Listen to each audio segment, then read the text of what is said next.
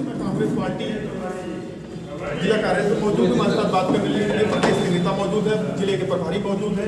चुनाव को लेकर, निकाय चुनाव की तैयारी को लेकर क्या कांग्रेस पार्टी की तैयारी है, इस पर हम बात करेंगे। आपको बता दें, राहुल गांधी जी के सदस्यता रद्द होने के बाद जिस तरीके से कांग्रेस पार्टी मुखर कर सामने आई हुई है, उसके बाद अभी आवास खाली कराने को लेकर नोटिस दिए गए। इसी को लेकर कांग्रेस पार्टी पूरे प्रदेश में इस समय आंदोलित है।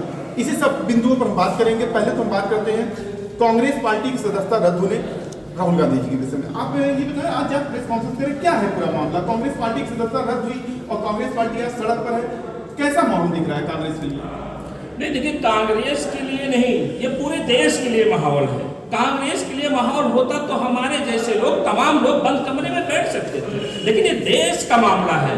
और जिस पार्टी ने देश को सजाने और संवारने के लिए एक परिवार से 6 लोग जेल में रहने का काम किया हो, एक परिवार से माँ बेटे ने हिंदुस्तान के लिए बलिदान देने का काम किया हो, वही हिंदुस्तान अगर जो आज बिगड़ रहा है, लोकतंत्र की हत्या हो रही है, रोजगार के नाम पर कुछ नहीं है, महिलाओं की सुरक्षा के नाम पर कुछ नहीं है, किसानों की आय के नाम पर कुछ नहीं है, तो क्या आप मीडिया के साथ ही सोचते हैं कि कांग्रेसी कभी कम बंद कमरे में बैठकर सो सकता है? ऐसा नहीं हो सकता है, क्योंकि कांग्रेसियों ने खून पसीना दे करके इस देश को सजाने और संवारने का काम किया है। आज उसी के लिए हम लोग लोकतंत्र की रक्षा के लिए, संविधान की रक्षा के लिए, हम नहीं, हमारे देश का सभी नागरिक और कांग्रेसगण सड़कों पर है और प्रेस के माध्यम से आप लोगों के बीच में।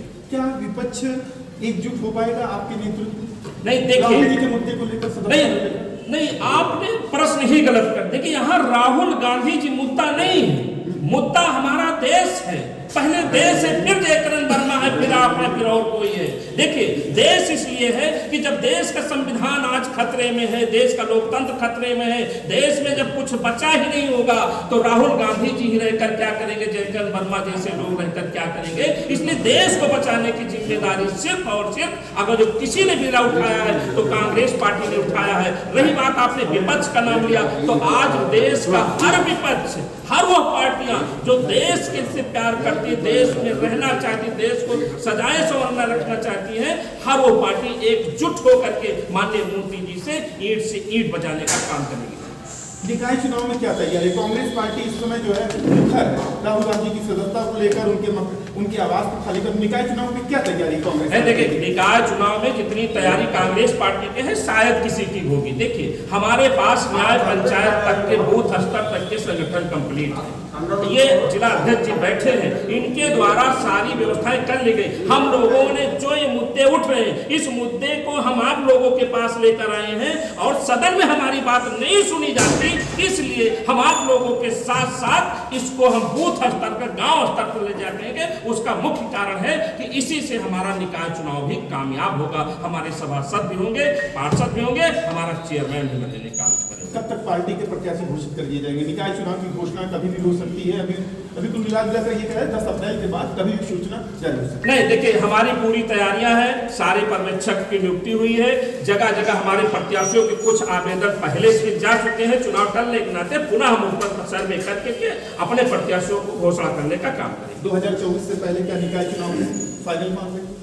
नहीं, देखिए, 2024 चुनाव देश की जान है। 2024 का चुनाव इस देश में रहने वाले हर उस नागरिक के सम्मान से जुड़ गया है जो चाहता है कि हमारे देश में भ्रष्टाचार ना हो, हमारे देश में लूटपाट ना हो। जिस प्रकार से मोदी जी अपने मित्रों के साथ मिल करके फ्रॉड सेल कंपनियों में पैसा लगा करके हमारे देश को लूटने का काम कर रहे हैं, अगर जो इसी तरह लुटेरे हमारे देश को लूटते जाएंगे तो हमारे आपके पास कुछ नहीं बचेगा। इसलिए सबसे पहला कर्तव्य इस देश की व्यवस्था को बचाना हमारा कर्तव्य होगा। पिछड़ों की बात करने वाले ओम प्रकाश राजभर अभी क्या कहते हैं बृहस्पतिवार को क्या कहते हैं दयाशंकर जो पर्यटन परिवहन मंत्री हैं वो मिलने गए ओम प्रकाश राजभर से। क्या लगता है निकाय चुनाव में नजदीकियां बढ़ने की चुनाव 2024 से पहले इस पर क्या कहेंगे? ओम प्रकाश राजभर पिछड़ों की राजनीति करने वाले। देखिए ओम प्रकाश राजभर कहीं से भी पिछड़ों के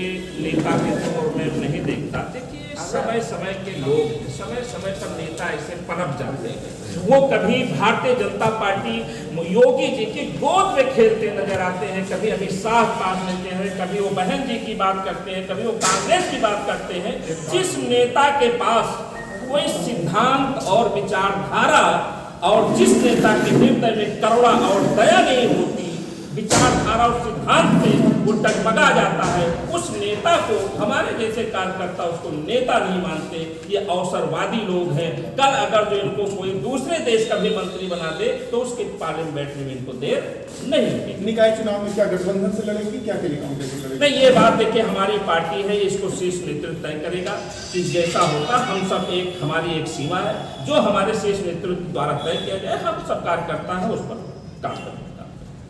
हमारे साथ बात कर रहे थे कांग्रेस पार्टी के प्रदेश के नेता जयकरण वर्मा जी। उनका कहना है कि कांग्रेस पार्टी पूरी मजबूती के साथ निकाय चुनाव लड़ेगी। राहुल गांधी जी के सदस्य रद्द होने को लेकर जो तरीके से कांग्रेस पार्टी मुखर है, इस चीज को भ्रष्टाचार केंद्र की मोदी सरकार के भ्रष्टाचार को लेकर वह जनता के बीच जाकर बताने का काम करेगी।